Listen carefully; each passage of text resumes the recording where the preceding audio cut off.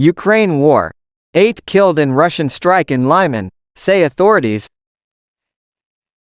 At least 8 people have been killed in an attack on a residential area in the eastern Donetsk region of Ukraine, the country's authorities have said. Ukraine's Interior Ministry said another 13 people were wounded in the Russian shelling of the town of Lyman. The strike caused fires in a house, a printing shop and 3 cars which have now been put out by rescuers, the ministry said. It comes as the country marks the 500th day of the invasion. Ukraine's counter-offensive, which began last month, continues to grind on in the eastern Donetsk and southeastern Zaporizhia regions. Its advances have been slow, as Russia continues its missile and drone attacks. The small city of Lyman is a key railway hub in the Donetsk, and was initially captured by Russia but then retaken by Ukraine's army in October. Russia had been concentrating quite powerful forces there, the spokesman of Ukraine's Eastern Group of Forces, Serhiy Cherevedy, told Ukrainian television on Friday. At around 10 o'clock, the Russians struck the town with multiple rocket launchers, the regional governor of Donetsk, Pavlo Kirilenko, said on social media on Saturday. He said a house and a shop were damaged. The BBC has not been able to verify the claims. On Thursday, 10 people, including a woman aged 95, were killed after a Russian rocket hit an apartment building in Lviv, western Ukraine.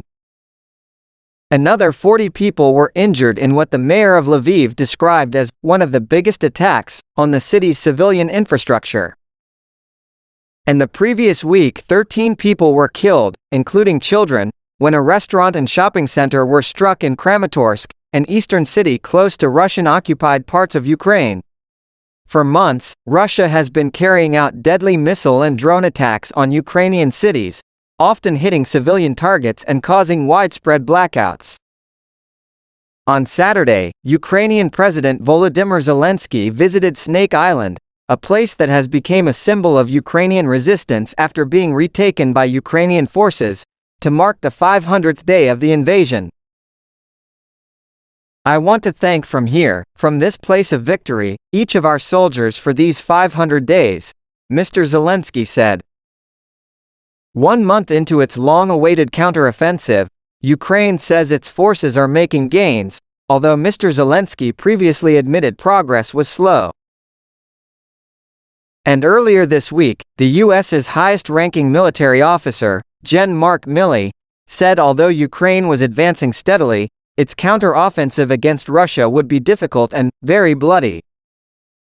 The Ukrainian General Staff has reported that Ukrainian forces have conducted offensive operations south and north of what is left of the eastern city of Bakhmut, most of which has been under Russian control.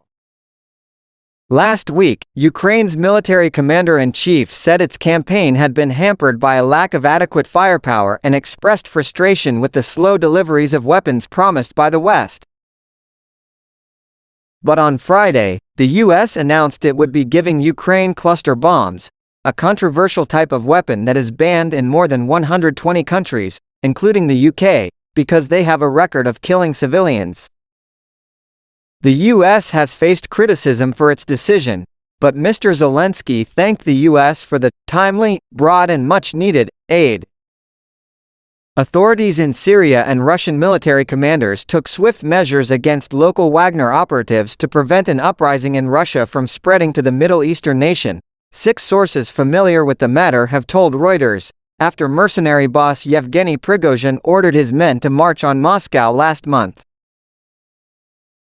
The crackdown included ordering mercenary fighters to sign new contracts with the Russian Defense Ministry or promptly leave Syria, Syrian officials and other sources based near deployed Russian forces said.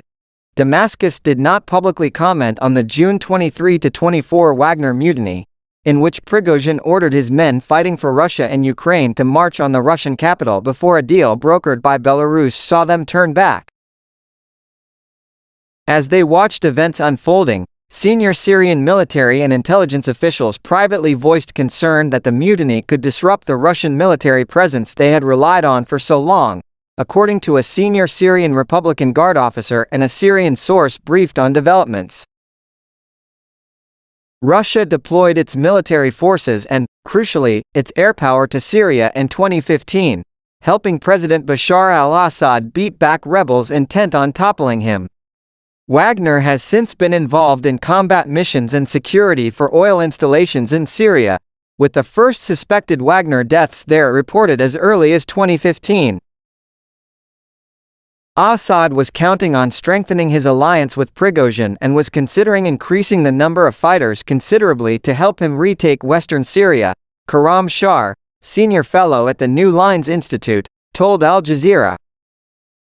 Now, he will have to fall back in line with the Kremlin's position, while in the past he was able to talk to each party separately, with a level of autonomy, Shar said. A group of Russian military officers were quickly dispatched to Syria to help take charge of Wagner forces there, according to a regional military source close to Damascus and two Syrian sources with knowledge of the events, who did not provide further details.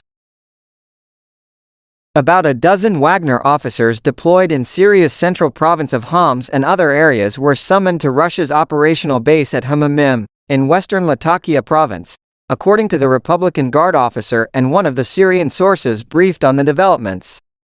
The officer said this occurred in the early hours of the mutiny.